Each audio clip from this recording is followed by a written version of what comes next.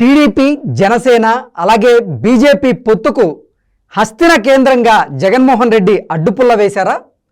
జగన్మోహన్ రెడ్డి వేసిన అడ్డుపుల్లతో పొత్తు విచ్ఛిన్నం సక్సెస్ అయిందా అంటే అవుననే సమాధానం ఇస్తున్నారు కొంతమంది రాజకీయ విశ్లేషకులు. ఇక ఇదే అంశానికి సంబంధించి మనతో మాట్లాడేందుకు ప్రముఖ సీనియర్ జర్నలిస్ట్ డివిఎస్ గారు మనతో ఉన్నారు. సార్తో మాట్లాడదాం. సార్ నమస్తే. సార్ నమస్తే. సార్, టీడీపీ జనసేన బీజేపీ పొత్తు కుదరకుండా ఆ పొత్తును విచ్ఛిన్నం చేసేందుకు జగన్మోహన్ రెడ్డి హస్తిన కేంద్రంగా అడ్డుపుల్ల వేశారని, జగన్మోహన్ రెడ్డి వేసిన అడ్డుపుల్ల వల్లే పొత్తు కుదరలేదు అంటూ కూడా ఒక వార్త ఇప్పుడు సోషల్ మీడియాలో చక్కర్లు కొడుతూ ఉంది. ఏంటి సార్, ఆ వార్తల్లో అసలు వాస్తవం ఉందా? టీడీపీ బీజేపీ జనసేన కూటమిగా రానున్న ఎన్నికల్లో మనం చూసేటువంటి పరిస్థితి లేదంటారా? జగన్మోహన్ రెడ్డి ఆయనకు ఉన్నటువంటి బ్రాండ్ ఇమేజ్ ప్రకారం నిజమే. ఏదైనా కూలగొట్టాడా జగన్ అంటే కూలగొట్టాడనే చెప్తారు. ఎందుకంటే కూలగొట్టడంలో అతన్ని మించినాడు లేడు. ప్రజావేదిక అన్నీ వరుసపెట్టి పేదల ఇళ్ళు ఇప్పటంలో కూల్చివేతలు, విజయనగరంలో మూడులాంతర్ల స్తంభం, అసలు రోడ్లు తవ్వేయటం, ప్రాజెక్టులు కూలగొట్టడం, పోలవరం గైడ్ బండు కొంగేయటం, డయాఫ్రమ్ వాల్ దెబ్బతీయటం, అసలు ఏది భగ్నం చేశాడు, ఏది కూలగొట్టాడు అంటే అది జగనే అని ఎవరైనా చెప్పేస్తారు. ఇప్పుడు అట్లాగే నువ్వేంటి ఇవాళ తెలుగుదేశం జనసేన అభ్యర్థులు ప్రకటించారు కదండి. చంద్రబాబు పవన్ కళ్యాణ్ 118 మందిని ప్రకటించారు. ఇక బీజేపీ అవుట్, ఇక లేనట్టే కదా. బీజేపీ అవుట్ అయిందంటే జగన్ బౌలింగ్ దెబ్బకి అమిత్ షా వికెట్ ఎగిరిపోయిందా అని అన్న దీంట్లో ఇప్పుడు ఏంటంటే బీజేపీ ఈ పొత్తులోకి రాకూడదు అని జగన్మోహన్ రెడ్డి బాగా కోరుకుంటున్నాడు. అంతే కదా, అందుకే కదా భగ్నం చేసేది. మరి ఇప్పుడు యజ్ఞం జరుగుతోంది కృష్ణ, యజ్ఞం జరుగుతుంటే ఆడెవడో మారీచుడో సుబాహుడో ఎవడో ఉంటాడు, వాడొచ్చి రక్తం పోస్తాడు, లేకపోతే ఎముకలు వేస్తాడు.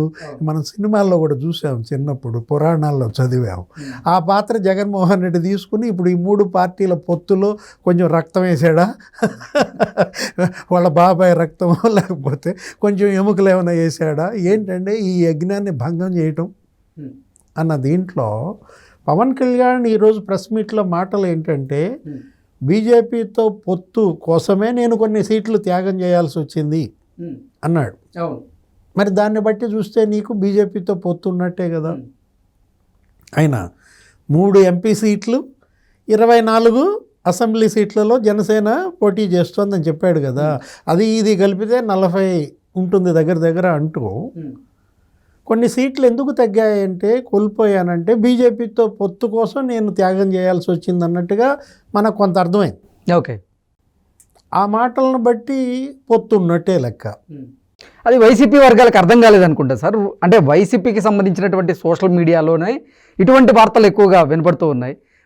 నిన్న మొన్నటి వరకు టీడీపీ జనసేనతో బీజేపీ కూడా అలయన్స్ పెట్టుకోబోతుంది, పొత్తు పెట్టుకోబోతుంది అంటూ కొన్ని వార్తలు వచ్చాయి. కానీ ఈరోజు చూసుకున్నట్లయితే టీడీపీ జనసేన తొలి అభ్యర్థుల జాబితాని రిలీజ్ చేశారు, కానీ దాంట్లో అసలు బీజేపీ వాళ్ళు లేరు అంటూ కూడా వీళ్ళు పోస్టులు పెట్టడం, ట్రోల్ చేయడం ఇలాంటివి చూస్తూ ఉన్నాం మనం.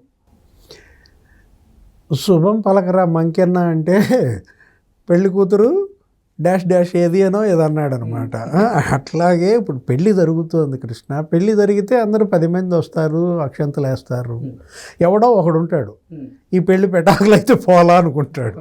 ఆ ఒకడు వైసీపీ వాడు అనమాట. ఇప్పుడు ఏంటి, అమిత్ షాతో పొత్తుంటే ఒక మేలు, పొత్తు లేకపోతే 10 మేళ్ళు.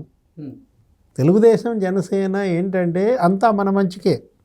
3 Idiots ఏదో సినిమా చూసావా, ఆల్ ఈజ్ వెల్ అంటే ఎవడు అంటుంటాడు, అమీర్ ఖానా, అందులో ఏది జరిగినా మన మంచికే అనే దీంట్లో నీకు వీళ్ళేంటి పొత్తు వస్తే ఒక మంచి, పొత్తు రాకపోతే 10 మనుషులు అనుకుంటున్నారు.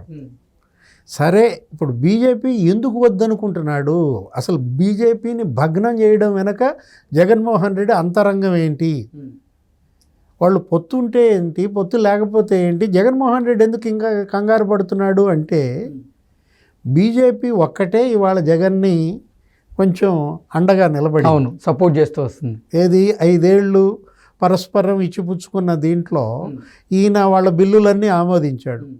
ఏంటి వ్యవసాయ బిల్లులు 3, ఉమ్మడి పౌరస్మృతి బిల్లు, ఆర్టికల్ 370, ఆ జమ్మూ కాశ్మీరు, ఈ బిల్లులన్నీ ఆయన ఆమోదించాడు.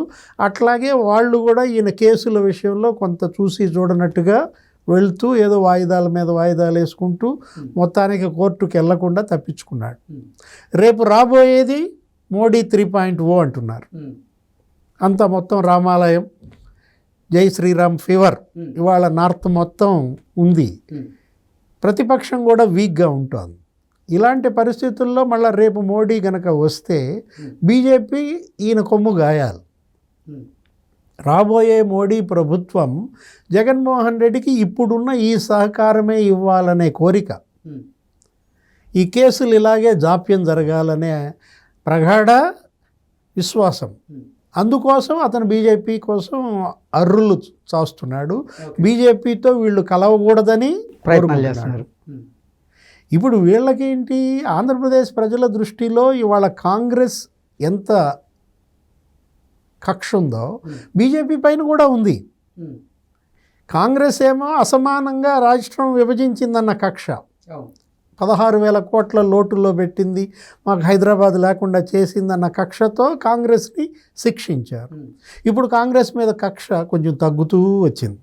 ఇప్పుడు షర్మిల వచ్చినా కొంచెం దాని మీద ప్రేమ పెరుగుతోంది. బీజేపీ మీద కక్ష ఎందుకంటావు, వాళ్ళు ప్రత్యేక హోదా ఇవ్వలేదని, జగన్మోహన్ రెడ్డి వాళ్ళని సరిగ్గా ఉపయోగించుకోకపోవటం, అక్కడి నుంచి నిధులు తెచ్చుకోకపోవటం, ఈ ఉన్న పెండింగ్ ప్రాజెక్టులన్నీ కంప్లీట్ చేసుకోకుండా అప్పులు ఇస్తే చాలు అనుకున్నాడు. ఈయన ఎప్పుడు అప్పు అడిగినా వాళ్ళు అప్పులు ఇచ్చారు. ఏది నాశనం అయ్యేది ఆంధ్రప్రదేశే కదా, జగన్మోహన్ రెడ్డే కదా అన్నట్టుగా వాళ్ళు ఇచ్చుకుంటూ వచ్చారు. ఇలా బీజేపీ దోషిగా మారిన దీంట్లో తెలుగుదేశం జనసేన సేఫ్ జోన్లో ఉన్నాయి.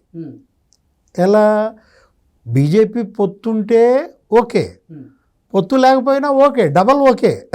ఎందుకని, ఇది అవుతుంది కదా, మళ్ళీ ఈ వ్యతిరేకత ఎక్కడ తట్టుకుంటాం, బీజేపీ లగేజ్ మనం మోయటం ద్వారా ఇది ఎక్కడ క్యారీ అవుతుందనేది.